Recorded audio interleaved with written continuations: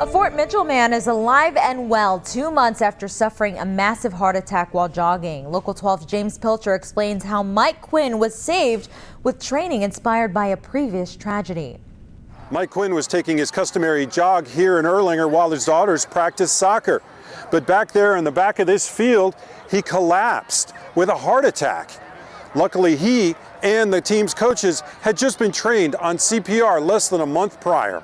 And so Travis and Alex were both in that class, and thank God they're good learners, and they remembered how to do it and performed CPR on me when I went down. Soccer coaches Travis Little and Alex Flam sprang into action when another father raised the alarm after Quinn collapsed.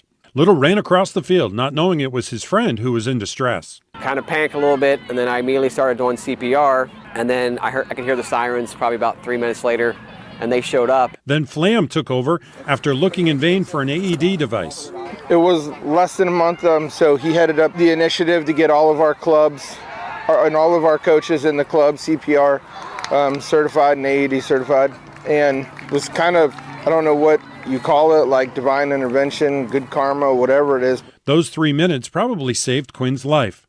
And they came after he pushed for the Northern Kentucky Fusion Soccer Organization to get coaches trained for CPR as well as to get AED devices. The money wasn't initially there for AEDs, but the organization could afford the CPR training. Quinn says he was inspired after the death of St. Henry soccer player Matthew Mangine, who died of heart issues during a practice in 2020.